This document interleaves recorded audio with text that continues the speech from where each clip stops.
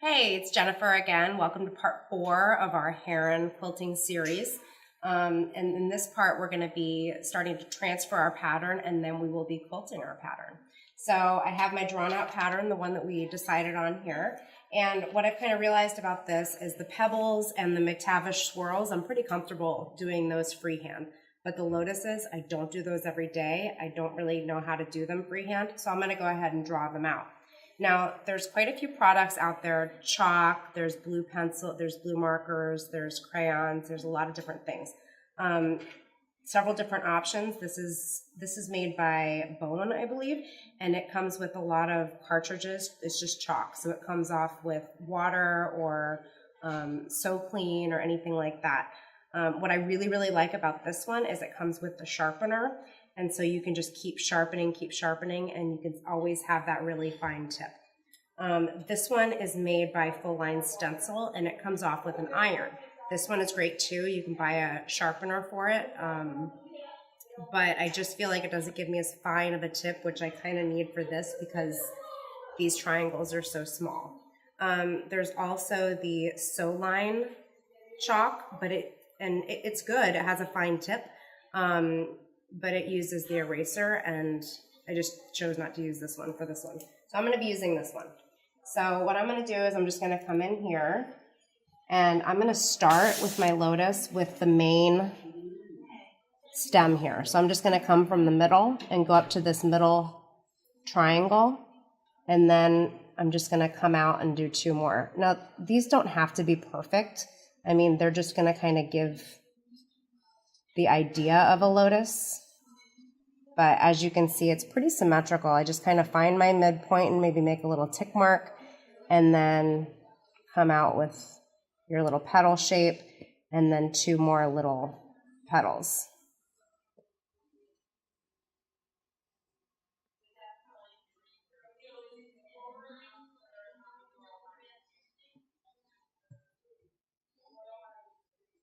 And they go pretty fast once you have that muscle memory, you know, of how to make those shapes.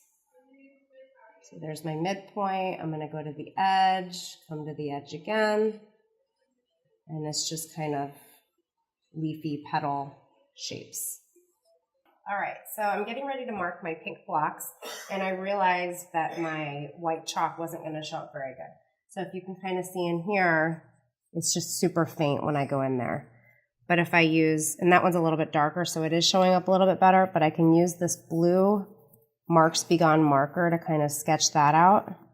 I love these for anything like lighter fabrics, and it comes out, I usually put the So Clean or water in a syringe, and then you can just kind of get that right where you want it to take it out, and that will dry totally clear. Okay, so I'll come over here, and here's a lighter one so you can see it better. So again, I'm just going to kind of sketch this out. And remember, all this is going to be gone, so you don't have to worry about sketch lines. It just gives you an idea when you're stitching on where you're going to go.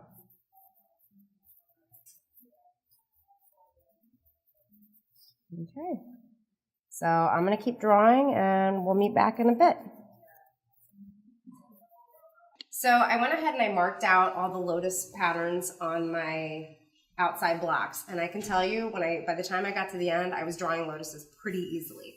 But now it's time to start sewing. So now the fun part, you get to choose your thread.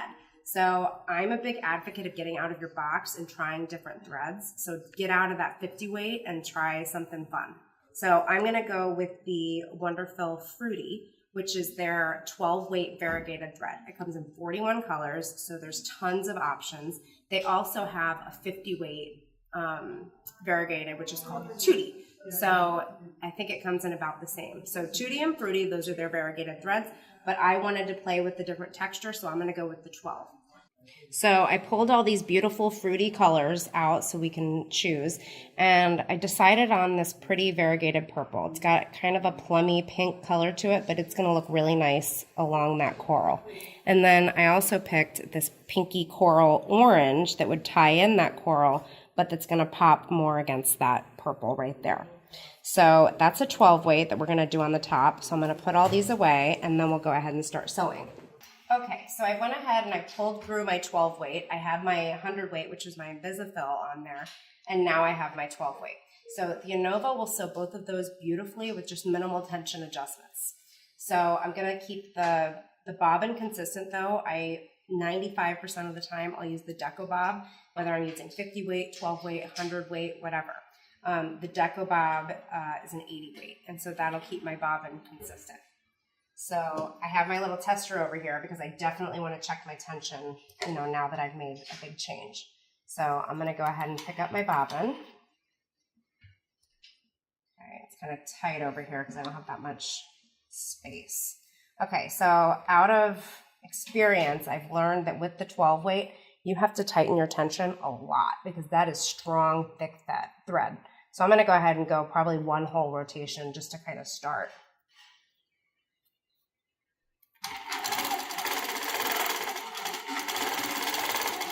Okay, and I'm going to go ahead and tighten some more because you can see that I've got some loose stitches there, but I'm also going to change my stitches per inch from 12 to 10, and that's just going to make it more noticeable that I've got that fat thread. And when I check my tension, I'm going to tighten even more because it's still kind of looping. But I like to do straight lines kind of to start because then you can see where the corners are pulling, how they're pulling the bobbin, but then I'll also kind of do some swirls too. So that looks pretty good on the top. Now I'll just check the bottom just to make sure that it feels good on the bottom. And I don't really trust myself, so I'm going to pull it off and then turn it over so we can see it. Because we might have to tighten just a little more anyway. Okay, so I've still got a few loops on the back side, so I'm going to tighten even more. I'm telling you, this 12 weight can take a lot of stress.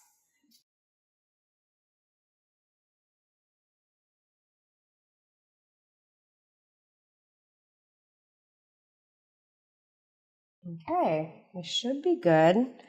That looks really good on the back as well as the front. So we're going to go ahead and go there. Okay, so I've got all my tension worked out. We went ahead and zipped through that because it's kind of boring, but that took us literally 2 minutes to get those tension adjustments done. So super fast, and now you're ready to go. So I went ahead and I started quilting over here, and I'm just gonna kind of keep following my pattern here.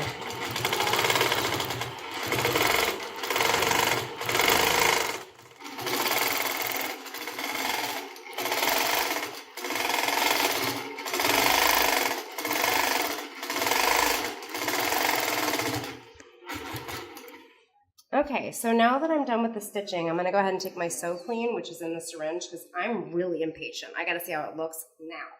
So I'm going to take off that blue marker that we had on some of that, and then we'll be able to see how that variegated thread is really looking.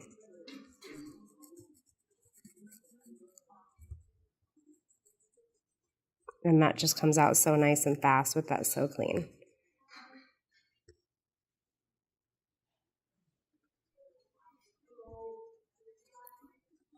Okay, so now I finished that lotus. I'm going to keep stitching on the lotuses, and then we'll come back and do pebbles.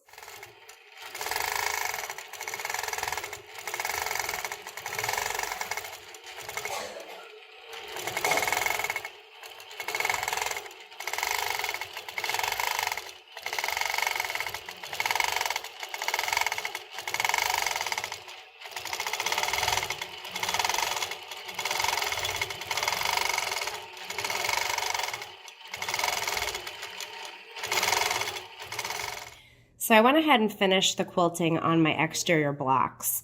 And this was just some pebbles on these triangles, and then I did the McTavish swirls on the outside. These are patterns that I'm pretty comfortable with, so I didn't have to mark them out, but I did want them to kind of blend into the background. So I used the 80 weight WonderFil Deco Bob on the pebbles, and that just totally blends in and gives me the texture here. And then I used the So Fine on the outside to do the McTavishing swirls. Then I went back to my WonderFil 100 weight on my outside, and that just gave me a really nice texture, but it totally disappears. So now my outside is done, and I'm ready to start on the Heron. So join us for part 5, where we're going to talk about embellishing, and we will actually start doing the art quilting.